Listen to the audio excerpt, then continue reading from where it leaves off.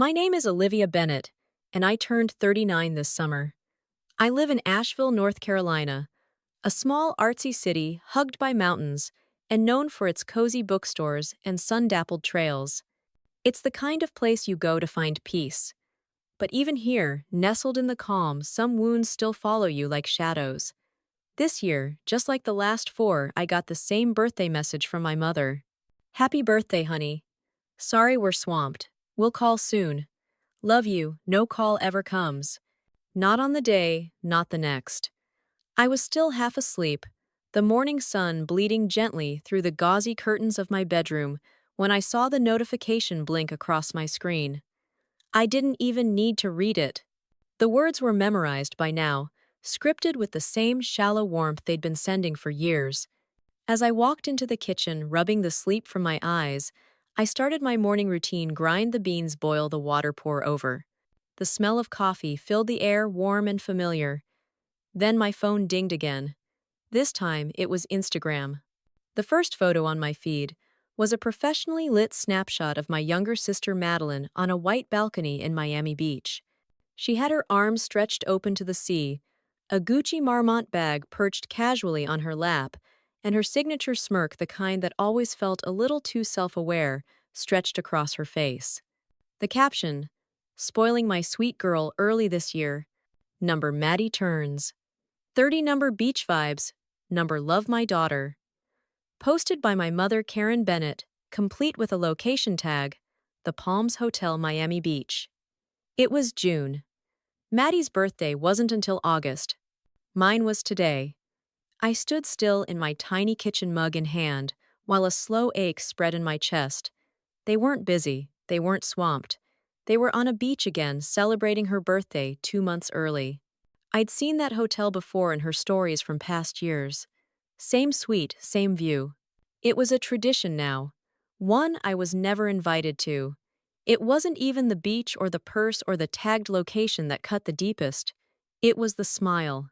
The way they could beam so easily while pretending I didn't exist. That morning I didn't cry. I just sipped my coffee in silence and stared out the window. The birds outside chirped like nothing had happened. My fiancé Noah padded into the room. Still, in pajama pants, hair messy from sleep, he leaned against the fridge and gave me a sleepy smile. Then he noticed my face. Without asking, he glanced at my phone. The post was still open. He didn't say, "That's awful," or "They're terrible." He just looked at me with soft, clear eyes and asked quietly, "Aren't you tired of being the strong one?" That question, so gentle, so true, hit harder than anything my family ever said. Something cracked inside me. I stood there, my hands wrapped tightly around the ceramic mug, while memories I'd kept buried began surfacing like wreckage. I told Noah about my 32nd birthday the night I managed to get a reservation at a tiny candlelit Italian restaurant in Durham that always had a 3-month wait list. My parents promised they'd drive up. We were supposed to meet at 7:00. At 6:15 they canceled. "Madeline had a hard day," my mom texted. "She needs some time with me." I told him about the time I had my wisdom teeth removed. I was groggy, dizzy, and scared. My mom promised she'd pick me up, be there when I came out. She never showed. I waited alone for over an hour before ordering an Uber with shaky hands, cheeks still stuffed with bloody gauze. Her excuse: "Olive." I lost track of time. Then there was the moment that truly never left me. The one I rarely talked about. The miscarriage. I was 12 weeks along. We hadn't even told anyone yet. The doctor said I could go home, but I shouldn't be alone. Noah was out of town on business, so I called my mom. She said she was on her way. I waited. And waited. After 2 hours, I climbed into the back seat of another Uber, curled into a ball, and cried so hard I made the driver uncomfortable. I tried to apologize through sobs and tissues, but he just nodded silently. My mom texted the next day. "I just figured you'd want to be alone. Sorry about yesterday." I couldn't even respond. Noah didn't interrupt while I told these stories. He just held my hand as if he were trying to carry some of the weight for me. And maybe for the first time I let him. The thing is, I wasn't sad anymore. Not in the way I used to be. This year felt different. This time, it wasn't just another birthday forgotten. It was a pattern sharpened to a knife edge. 5 years of identical texts. 5 years of vacations and champagne toasts and spa treatments for Maddie, while I was left behind with radio silence. It was no longer just neglect. It was a decision, a choice to erase me. I picked up my phone again. My hands trembled a little, not from fear, but from something deeper resolve. For 5 years, my reply had always been polite. Thanks, no worries, hope you're having fun. This time, I typed something different. Don't bother calling. I'm done.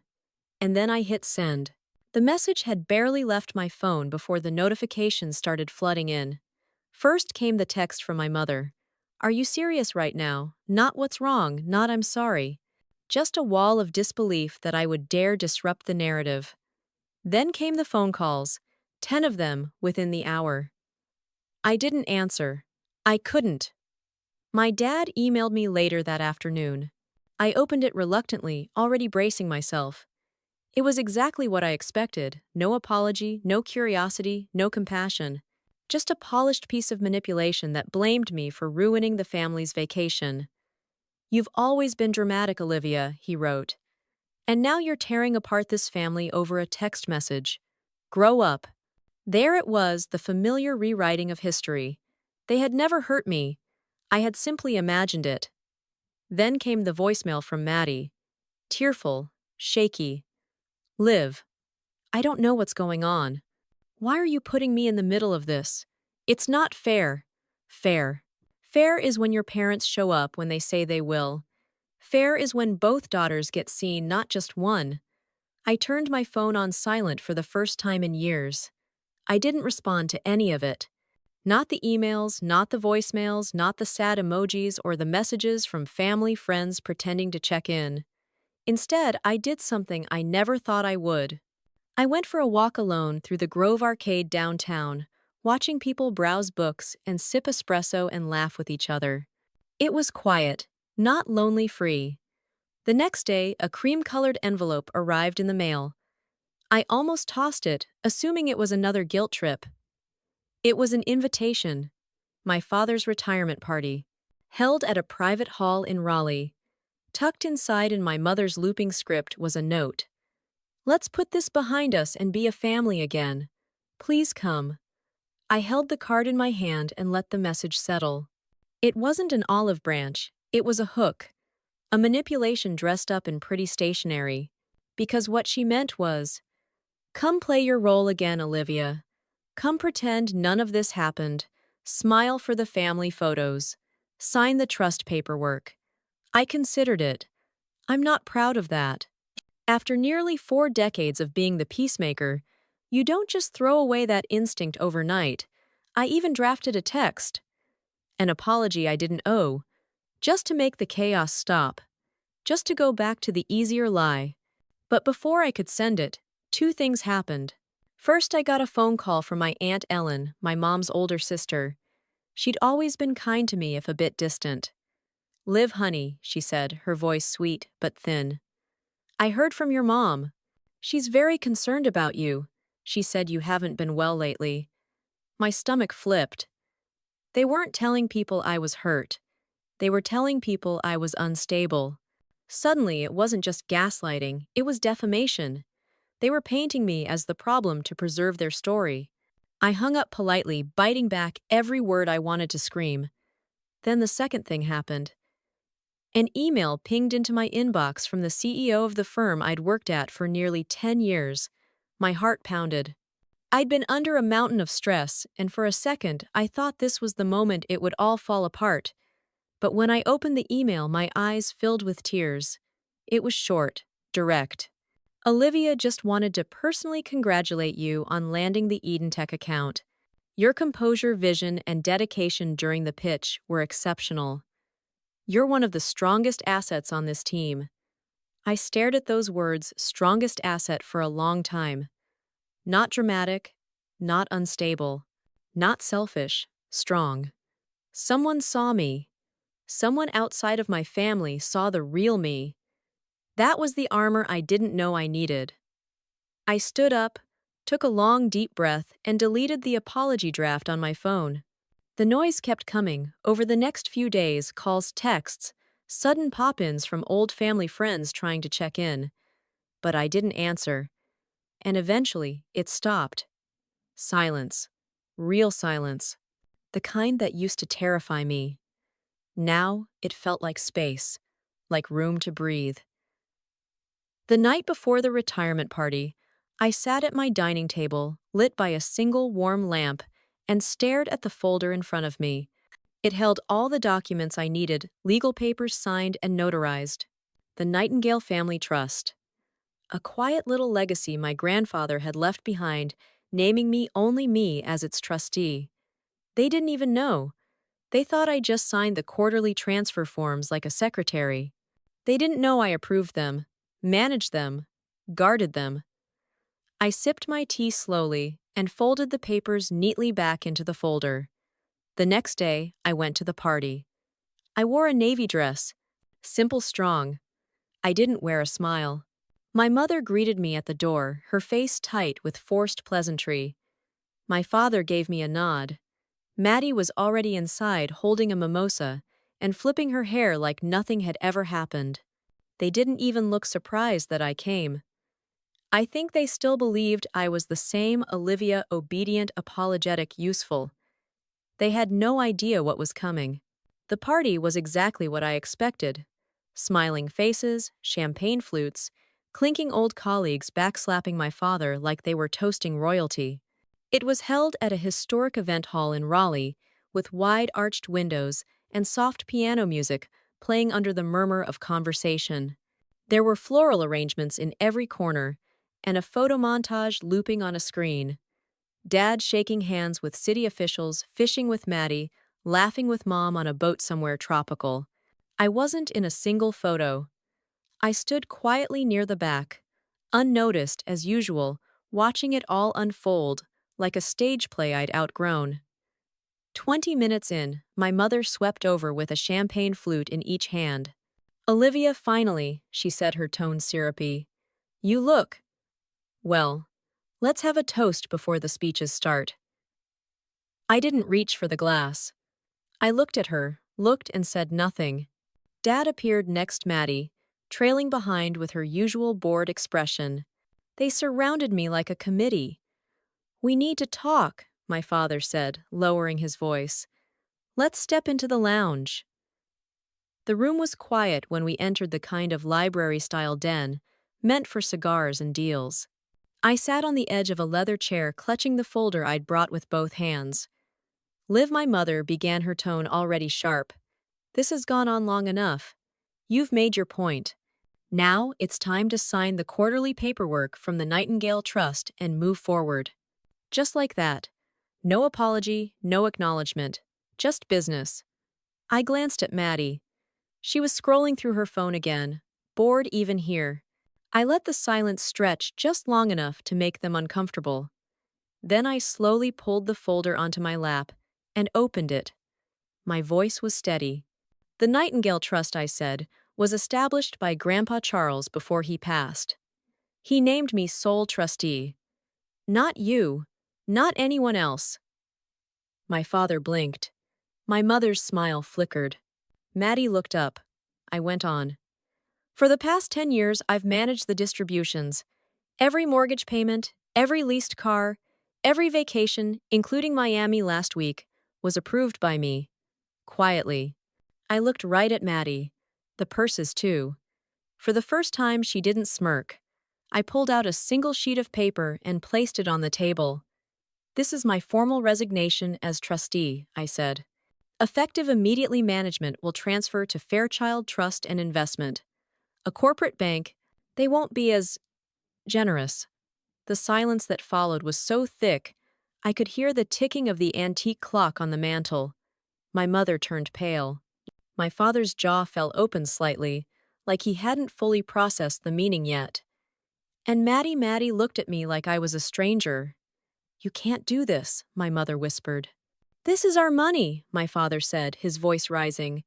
"Our lifestyle. This isn't just yours to control. It was never mine, I said calmly. It was Grandpa's, and he trusted me to use it wisely. And you think this is wise, Maddie snapped. Blowing everything up, I stood up folder in hand. My knees didn't shake. My voice didn't tremble. For years I said quietly, I made sure this family was safe. I signed the checks. I filed the taxes. I even made sure the damn pool guy got paid on time. I did it without thanks, without recognition, and without asking for anything in return. I turned to leave, then stopped at the door. But I won't fund my erasure anymore. Then I walked out. I didn't wait for them to yell or beg or bargain. I didn't let them try to spin it. Outside, the sun was starting to set behind the line of trees at the edge of the parking lot. I let the warm light fall across my face and took the first deep breath of the evening. For the first time in my adult life, I had nothing to clean up, nothing to explain. The next few weeks were chaotic as expected. Lawyers called. Angry voicemails poured in. Maddie sent a dozen texts laced with sarcasm and guilt. Congrats, you finally feel powerful. Must be nice. Don't expect mom and dad to recover from this. I didn't answer. Noah and I had quiet dinners at home. He didn't push. He just held space for me. Some nights I cried, not because I regretted it, but because the silence in my life had grown so loud I didn't know what to do with it. But then came the shift. One night, I cooked dinner. Real dinner. Not takeout, not cereal. Pasta primavera with garlic bread. I lit candles. Noah put on a jazz playlist. And just like that, my home felt warm again. A few nights later, I took a bath and didn't check my phone once. A week after that, I booked a trip I'd always dreamed of: Sedona, Arizona. Red rocks early, hikes clear air. For years I'd waited to go with someone. Waited for the timing to be right. This time I went alone. I stayed in a little inn that smelled like lavender and desert clay. I hiked Cathedral Rock at dawn, the sun rising behind me. I stood there watching the horizon burn gold, and felt so light I thought I might float away. It was quiet. It was still. And for the first time I realized I was not lonely. I was at peace. 2 weeks after I returned from Sedona, I received an unexpected email. The subject line was just "Olivia, I'm sorry." It was from Maddie. I stared at it for a long time before opening it. There were no fancy words, no guilt, no manipulation. Just 3 short sentences: "I'm sorry, Liv. I never saw it. I'm trying to now." That was it. I didn't respond. I didn't need to. I didn't feel anger anymore, just an odd stillness, like looking out at a storm that had already passed and realizing your house was still standing. I reread the message once, then hit archive. Forgiveness doesn't always require a conversation. Sometimes it's just a quiet decision inside your chest, a release. Life didn't suddenly turn magical after that. The Bennetts didn't miraculously change. But my world was mine again, no longer orbiting their gravity. Still, there were consequences. A few weeks later, I got a letter in the mail. Official. Stamped. From Fairchild Trust and Investment. They'd begun auditing the trust. My resignation had triggered a mandatory compliance review. The same money my parents and sister used for beach vacations, new kitchens, and 5-star hotels was now under strict no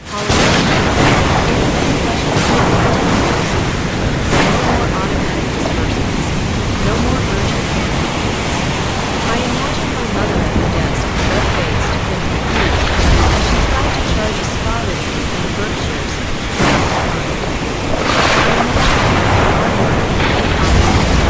I didn't feel smug.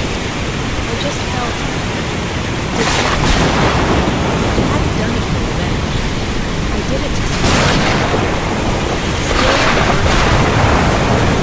texted me out of the heard about the trust. You okay? I just replied. More than okay. Some relatives rallied around my parents, of course, the ones who'd always had a front row seat to their performances. Others reached out to me quietly, saying they'd always known something was off. But I didn't engage in the gossip. I didn't defend myself. I didn't explain. I had nothing left to prove. The deeper change wasn't in how they saw me, it was in how I saw myself. A few months into the silence, I redecorated my apartment. I got rid of the old floral couch my mother had picked out as a housewarming gift 10 years ago. It had always felt like a trophy, her way of marking the space as partly hers. I replaced it with a warm caramel leather loveseat and a big squashy armchair by the window. I bought myself a record player. Jazz in the evenings, silence in the mornings. One Saturday afternoon, I baked a peach cobbler from scratch, something my grandmother, not my mother, had taught me how to do. The scent filled the whole apartment. I sat by the window with a spoon and a book, barefoot sun on my shoulders. I wasn't thinking about who might text, or what voicemail I was avoiding, or how to shrink myself to fit someone else's comfort. I just felt present. One day, I got a knock on the door. I hesitated, heart racing. No one ever came by without calling. I peeked through the peephole. It was my father. Not my mother, not Maddie. Just him.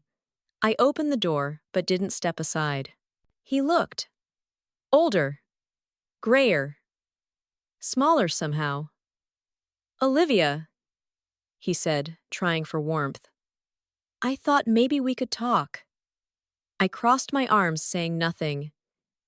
He shifted on his feet. I know we didn't handle things right, and I don't understand everything that's going on, but maybe we could just sit down." "You mean like a family?" I asked. He flinched. "I suppose so. Yes. Did you bring an apology?" He blinked. "I came to have a conversation. Then we're not ready yet." I started to close the door. He raised his hand but didn't fight it. As it clicked shut, I heard his muffled sigh on the other side. And I felt nothing.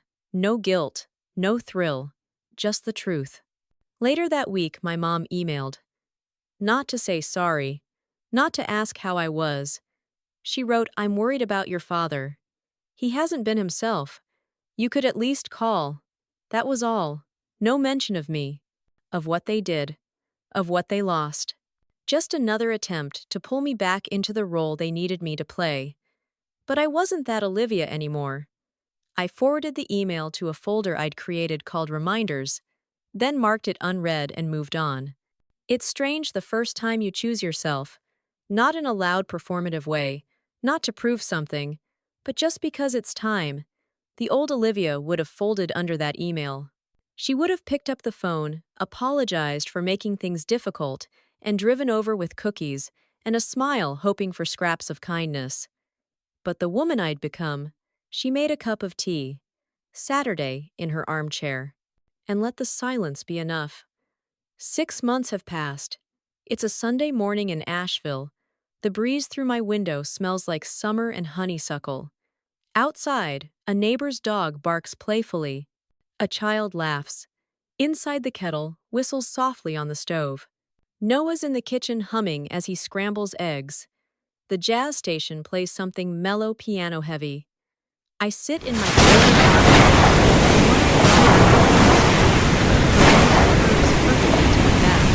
I call it the throne half judgment, but maybe not entirely. I'm not rich, not by investment. I left that world behind, but I'm secure.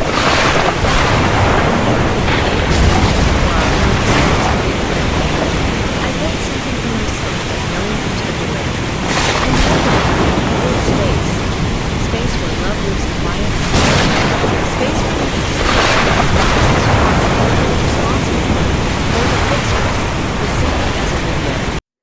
Not long ago, I got another message from Maddie.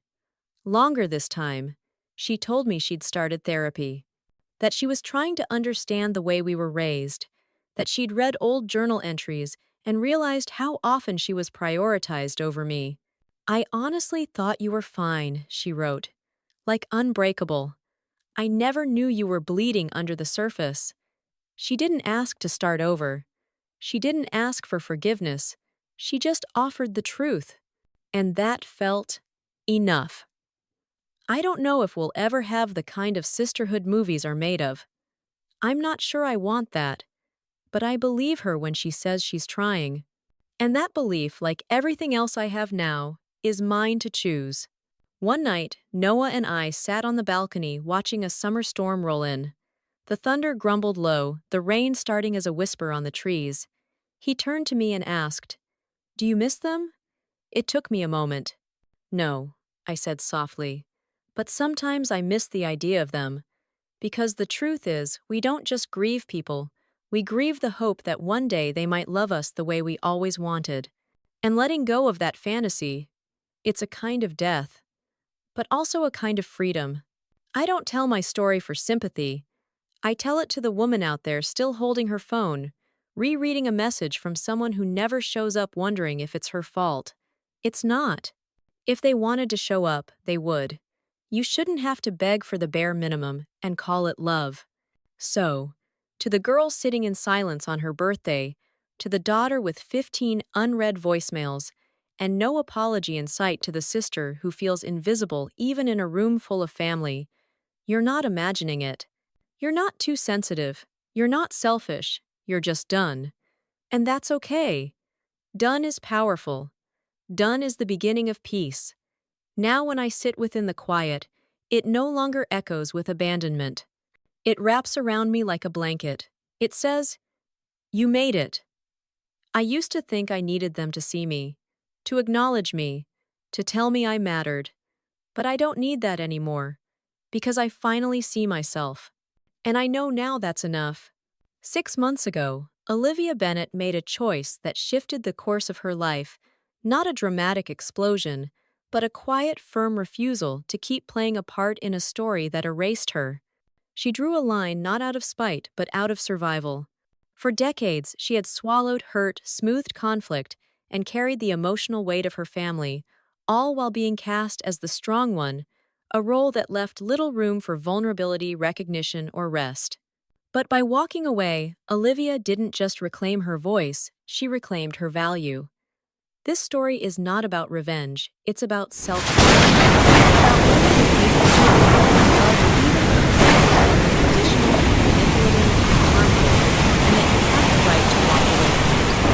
Olivia's journey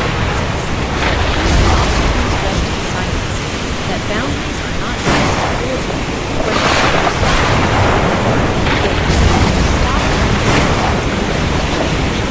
it also speaks to something tender, the deep not of people, but of who we hope they will be. Olivia found her armchair, her sunrise. And maybe that's the most important message. You don't need them to see you to be whole. You only need to finally see yourself.